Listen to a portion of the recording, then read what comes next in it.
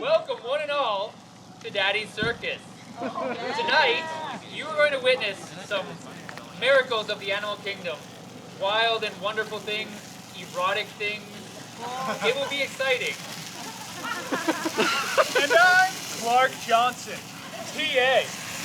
Now, this evening, you guys might be curious about what's going on. Well, I'm currently working on my PhD in animal behavior and physiology, so I'm willing to explain as we see what happens.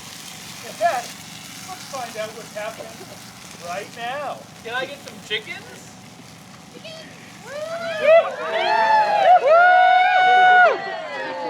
Chickens! Here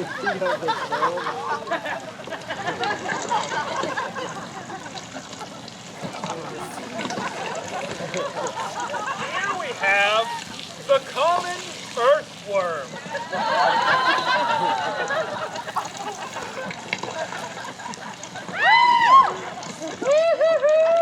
Earthworms have 5 hearts, which is better.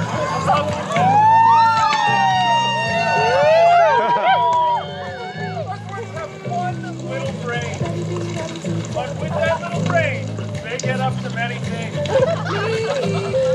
They have lips, known as a crustodium, which you might have seen them use on each other. They're covered in little tiny hairs called setae that they use to get around, which also might help them get around each other.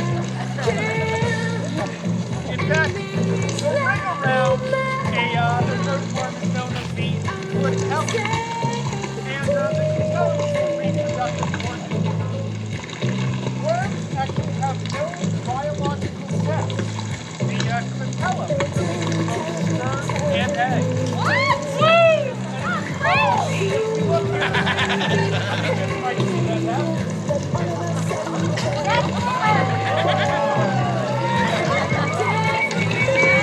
It appears they're exchanging fluids.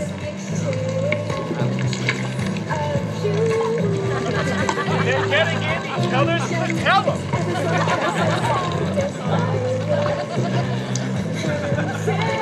You don't see worm sex like this every day.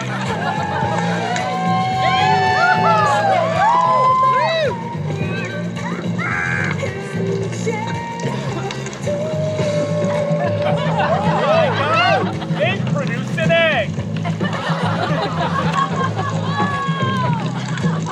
That is how worms have sex.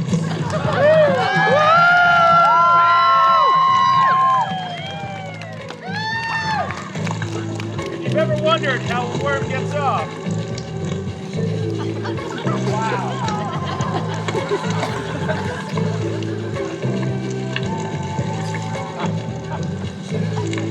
Amazing.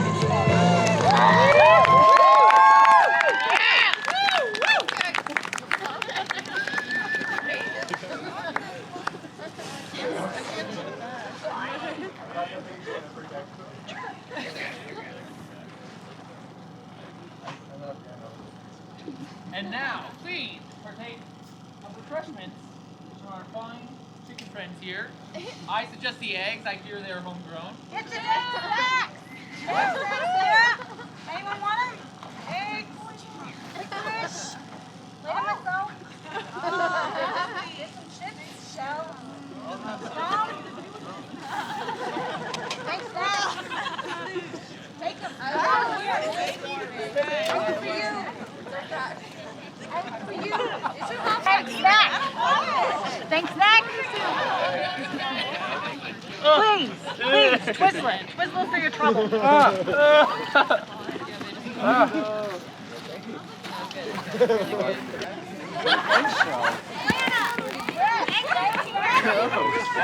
Hey, we need some eggs over here!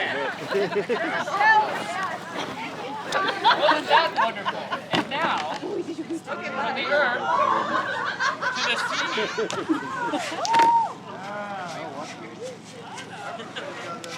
sea.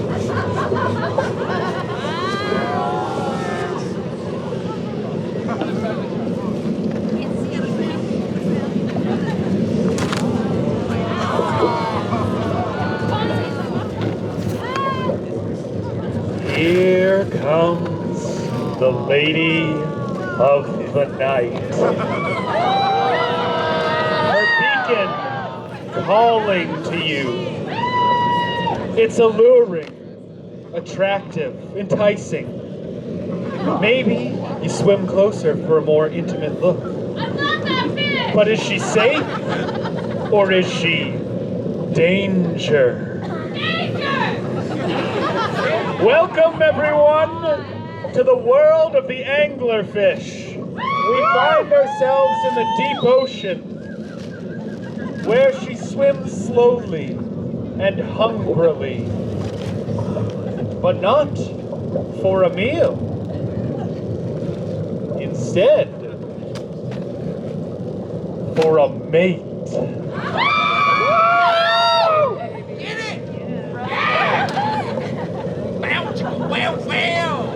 The anglerfish reproduces in a very interesting way, for the female is much, much larger than the male. The male itself eventually swims over and becomes a part of the female anglerfish.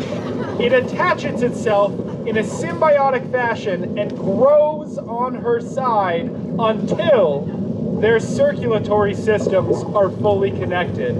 Then he will pass his sperm through her bloodstream and she will be able to fertilize eggs for future spawn.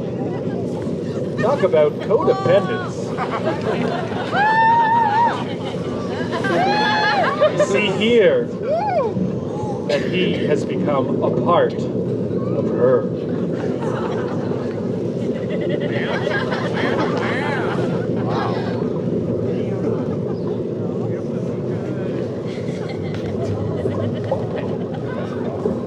So alluring.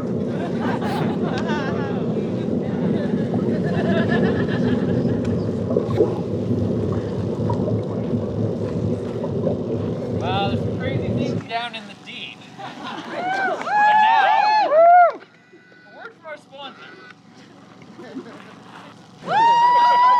Oh boy! Well, I'm glad that you've enjoyed the show.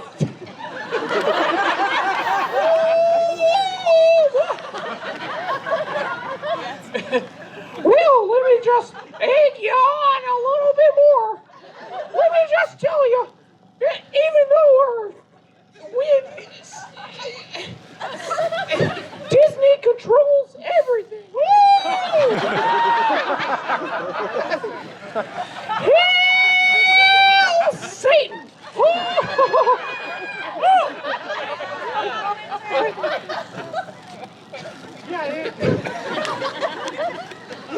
Yeah, you go.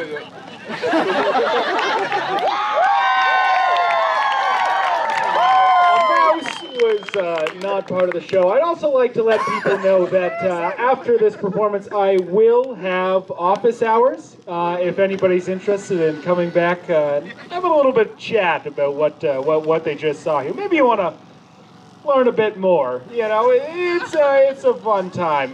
We have fun here. Now, I think we're going to wait a moment before we see what comes out next because it will be quite interesting.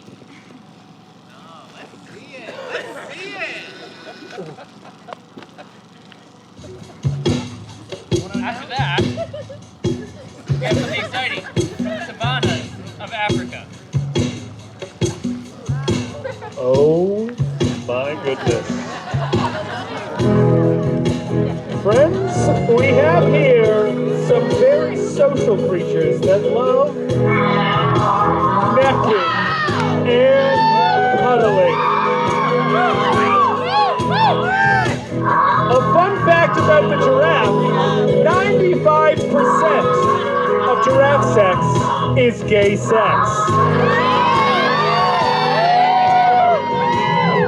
Very little is known about giraffe vocalization, but if you listen very closely, you might be able to hear it. They usually start by cuddling and necking at each other, before one giraffe inevitably ends up presenting itself to the other.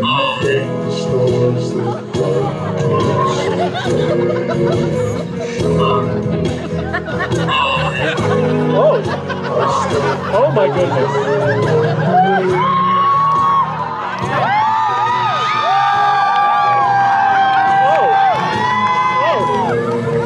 Oftentimes, giraffes are decapitated when they have incredibly good sex.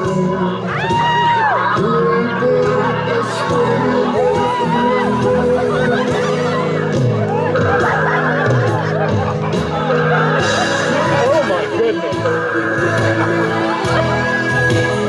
Giraffes will often